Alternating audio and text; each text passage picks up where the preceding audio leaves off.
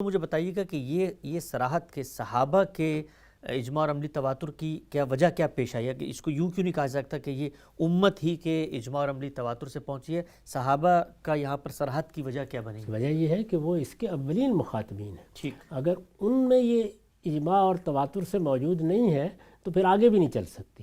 تو اس وجہ سے اللہ تعالیٰ نے بھی انہی کا ذکر کیا ہے. یہ بتا دیا ہے کہ یہ اتنی بڑی جماعت ہے کہ جس کے اب کسی غلطی پر مشتبہ ہونے کا کوئی امکان نہیں. یعنی یہ اب کوئی تحریف نہیں کر سکتے. ان کے کردار کی بھی شہادت دی ہے کہ یہ خیر امت ہے، اور جماعت کی حیثیت سے یہ ذمہ داری میں نے خود ان کو دی ہے، لِتَكُونُوا شُهَدَاءَ عَلَى النَّاسِ، اور ان سے کہا ہے کہ وہ اس کو آگے پہنچائیں. تو اجماع اور تواتر کے بارے میں جب آپ علمی مباحث کا مطالعہ کریں گے تو اس میں اس وقت کیا صورتحال ہے یہ دیکھنا ضروری ہے. ابتدا کس طریقے سے ہوئی ہے اس کو دیکھنا ضروری ہے، درمیان میں کیا صورتحال رہی ہے. تو یہ دونوں چیزیں واضح ہونی چاہیے، یعنی طرفین بھی واضح ہونے چاہیے اور درمیان میں کیا صورت رہی. تو طرفین اسی وقت واضح ہوں گے جب صحابہ کرام کے بارے میں پہلے بتایا جائے گا کہ ان سے اس کی ابتدا ہوئی ہے. اس کے بعد تو پھر کسی اختلال کا کوئی اندیشہ ہی نہیں ہے. پہلے ہی مرحلے میں کوئی چیز شبہ میں پڑ سکتی ہے، وہ جب پہلے مرحلے میں پورے استحکام کے ساتھ ان کو پیش کر دی گئی ہے، انہوں نے آگے اس کو منتقل کر دیا ہے، تو اب کوئی امکان باقی نہیں ہے. ٹھیک، نقطہ واضح ہو گیا، آگے بڑھاتے ہیں. اچھا ہم صاحب اس میں ایک اور پہلو یہ کہ جس وقت آپ یہ کہتے ہیں کہ یہ جو دین ہے اور دین کے بنیادی سورسز ہیں قرآن و سنت، یہ اجماع اور تواتر سے منتقل ہوئے ہیں، تو اس میں ایک اور پیمانہ، ایک فلٹر، ایک کرائٹیریا امت کے ہاتھ میں آ گیا کہ اب جو چیز دین کے نام پر پیش کی جائے اور اس کو یہ دو ذریعوں کا استحکام حاصل نہ ہو کہ وہ اجماع اور قولی یا عملی تواتر سے پہنچی ہو، تو بڑی آسانی سے اس کو الگ کیا جا سکتا ہے کہ یہ پھر دین کے بنیادی سورسز میں چیز نہیں. اس لیے کہ اگر وہ دین جو ہم تک پہنچا ہے ان ذرائع سے پہنچا ہے اور آج کوئی کھڑے ہو کے دین کی نسبت سے کوئی اور دعویٰ کر رہا ہے اور اس کے پیچھے یہ دو ذریعے نہیں ہیں، تو یہ تو ایک اور بڑا اچھا کرائٹیریا فلٹر بن جاتا ہے جس سے آپ اصل دین اور اس کے بعد کی جو چیزیں ان کو الگ بھی کر سکتے ہیں. ایسا ہی کیا بھی ہے مسلمان امت نے، یہ سب کو الگ کر دیا. یہ بتا دیا ہے کہ یہ قرآن ہے، یہ بتا دیا ہے کہ سنت کی کیا چیزیں ہیں جو اجماع اور تواتر سے منتقل ہوئی ہیں، ان کی نوعیت واضح کر دی ہے. ان کے بارے میں مسلمان امت کا عمومی علم ہمیشہ ایک ہی رائے پر قائم رہا ہے. اس کے بعد اخبار احاد ہیں جو ظاہر بات ہے کسی ایک آدمی کی، دو آدمیوں کی روایت ہے، ان کو ہمیشہ الگ کر کے بیان کیا گیا ہے کہ ان کی کیا نوعیت ہے. ایک نقطہ بالکل واضح ہو گیا. سنت کیا ہے کہ زیر عنوان 23 اعتراضات سیریز میں غامدی صاحب نے اس موضوع کو بہت تفصیل سمجھایا ہے. اس پر ہونے والے اعتراضات اور بالعموم جو سنت کے تصور میں ابہامات پیش کی جاتے ہیں، لوگ اس کو وہاں پر سن سکتے ہیں. ہم سب آپ کے اس آرٹیکل اصول و مبادی کا جو آخری حصہ ہے، آپ نے لکھا ہے کہ سوم یہ کہ دین صرف وہی ہے جو قرآن و سنت میں بیان کیا گیا ہے، اس کے علاوہ کوئی چیز دین ہے نہ اسے دین قرار دیا جا سکتا ہے. رسول اللہ صلی اللہ علیہ وسلم کے قول و فعل اور تقریر و تصویب کے اخبار احاد جنہیں بالعموم حدیث کہا جاتا ہے، ان سے دین میں کسی عقیدہ و عمل کا اضافہ نہیں ہوتا. دین سے متعلق جو چیز ان میں آتی ہے وہ در حقیقت قرآن و سنت میں محصور اسی دین کی تفہیم و تبیین اور اس پر عمل کے لیے نبی صلی اللہ علیہ وسلم کے اسوہ حسنہ کا بیان ہے. حدیث کا دائرہ یہی ہے. چنانچہ دین کی حیثیت سے اس دائرے سے باہر کوئی چیز نہ حدیث ہو سکتی ہے، نہ محض حدیث کی بنیاد پر اسے قبول کیا جا سکتا ہے. اس دائرے کے اندر البتہ حدیث کی حجت ہر اس شخص پر قائم ہو جاتی ہے جو اس کی صحت مند مطمئن ہو جانے کے بعد رسول اللہ صلی اللہ علیہ وسلم کے قول و فعل یا تقریر و تصویب کی حیثیت سے اسے قبول کر لیتا ہے. اس سے انحراف پھر اس کے لیے جائز نہیں رہتا، بلکہ ضروری ہو جاتا ہے کہ آپ کا کوئی حکم یا فیصلہ اگر اس میں بیان کیا گیا ہے تو اس کے سامنے سر تسلیم خم کر دے. اب سب جو بنیادی چیز ہمارے ہاں کہی جاتی ہے، اس اصول و مبادی کے پورے سٹرکچر میں بھی جو چیز سامنے آتی ہے کہ دین کا ماخذ تو رسالت محمد صلی اللہ علیہ وسلم کی ذات والا صفات ہے، لیکن آپ سے جو چیزیں ہم تک پہنچی، یعنی آپ کی نسبت سے، آپ کے تعلق سے جو سامنے آتی ہیں، اس میں پہلی چیز قرآن تھی. قرآن مجید کو کیا معیار دینا ہے خود قرآن سے آپ نے ثابت کیا، اس کے 4 عقلی لوازم بھی بتائے. اس کے بعد خود رسالت محمد صلی اللہ علیہ وسلم سے سنت ملی ہے اور وہ کے ذریعے علم سے منتقل ہوئی ہے، اس میں اور قرآن میں کوئی فرق نہیں ہے نقل ہونے کے اعتبار سے.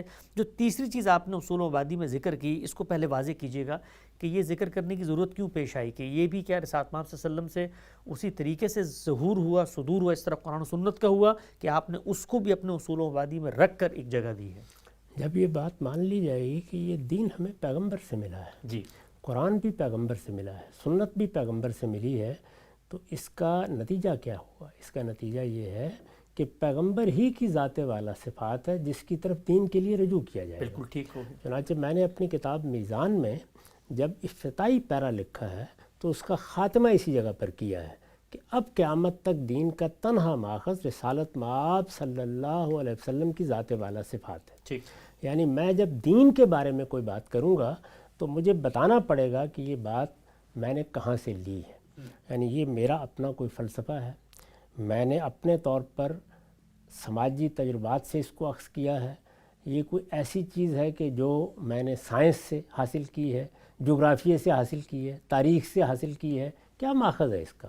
تو دین کے معاملے میں ان میں سے کوئی چیز بھی ماخذ نہیں بن سکتی۔ اگر اس کو پیش کیا جائے گا تو وہ ایک بدعت ہوگی، وہ کوئی نئی چیز ہے جو آپ دین کے نام پر بیان فرما رہے ہیں۔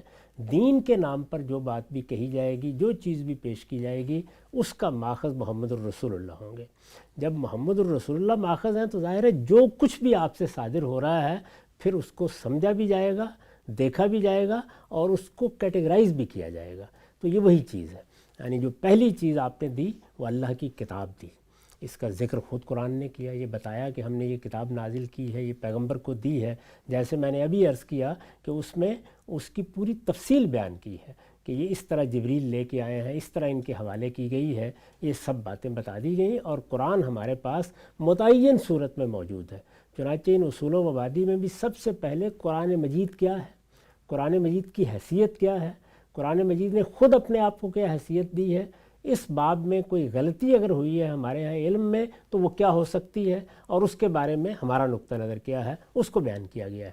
اس کے بعد پھر دوسری چیز سنت ہے، یعنی سنت کے بارے میں یہ بتایا گیا ہے کہ اس میں بھی کوئی ابہام نہیں ہے، کوئی اختلاف نہیں ہے، وہ متفق علیہ ہے۔ قرآن ہی کی طرح رسالت مآب صلی اللہ علیہ وسلم نے اس کو پورے اہتمام کے ساتھ پہنچایا ہے، وہ اسی اہتمام کے ساتھ آگے منتقل ہو رہی ہے۔ اس وقت بھی مسلمان امت میں جہاں چلے جائیے، ان کے مختلف گروہوں کے پاس چلے جائیے، ان کے فرقوں کے پاس چلے جائیے، سنت کے معاملے میں کبھی کوئی اختلاف نہیں ہوتا۔ اب ظاہر ہے کہ اس کے بعد رسالت مآب صلی اللہ علیہ وسلم نے کیا یہ دے دیا اور پھر آپ دنیا سے چلے گئے؟ نہیں، آپ دنیا میں رہے، جی، جب دنیا میں رہے تو لوگوں نے آپ سے رجوع کیا، آپ نے لوگوں کو کچھ باتیں بتائیں، آپ نے کسی سوال کا جواب دیا، تو رسالت مآب صلی اللہ علیہ وسلم کی اس کے ساتھ ایک تاریخ بنی ہے۔ یعنی ایسا نہیں ہے کہ ایک دن آپ تشریف لائے، ایک ہاتھ میں قرآن تھا، دوسرے میں سنت تھی، دونوں دے کے آپ دنیا سے رخصت ہو گئے۔ جی، وہ 23-24 سال کا عرصہ ہے جو آپ نے گزارا ہے، اس میں بہت سے مراحل پیش آئے ہیں، تو ایک تاریخ بنی ہے، یعنی دعوت کی تاریخ ہے، اتمام حجت کی تاریخ ہے، اللہ کے پیغمبر کے مخاطبین نے اس کے ساتھ کیا رویہ اختیار کیا اس کی تاریخ ہے، اس میں آپ نے بعض چیزوں پر تبصرہ کیا ہے، بعض چیزوں کی حقیقت واضح کی ہے۔ پھر ایک جماعت بنی ہے صحابہ کرام کی، صحابہ کرام کی اس جماعت کی تربیت کی ہے، ان کو کسی چیز کی جانب توجہ دلائی ہے۔ وہ صحابہ کرام کی جماعت بھی ایسا نہیں کہ ایک ہی طرح کے لوگوں کی ہے، اس میں مکے کے لوگ بھی ہیں، اس میں غیر معمولی صلاحیتوں کے لوگ بھی ہیں، اس میں مدینے کے لوگ بھی بعد میں شامل ہوئے ہیں، اس میں جزیرہ نما عرب سے جگہ جگہ سے لوگ آ کر آپ کی جماعت کا حصہ بنے ہیں۔ تو یہ پوری جماعت ظاہر ہے کہ مختلف پہلوؤں سے اور مختلف پس منظر سے آپ کے ساتھ وابستہ ہوئی ہے۔ جب وابستہ ہوئی ہے تو آپ نے اس کو بھی ہدایت دی، اس کو بھی پیغام پہنچایا ہے، اس کے بھی سوالوں کا جواب دیا ہے۔ تو جس طریقے سے اس وقت جب دین کو بیان کیا جاتا ہے تو صرف یہ نہیں ہوتا کہ آپ نے قرآن لوگوں کو پکڑا دیا یا آپ نے سنت کے بارے میں ایک اجمالی گفتگو کر دی، اس میں بہت سے سوالات پیدا ہو جاتے ہیں۔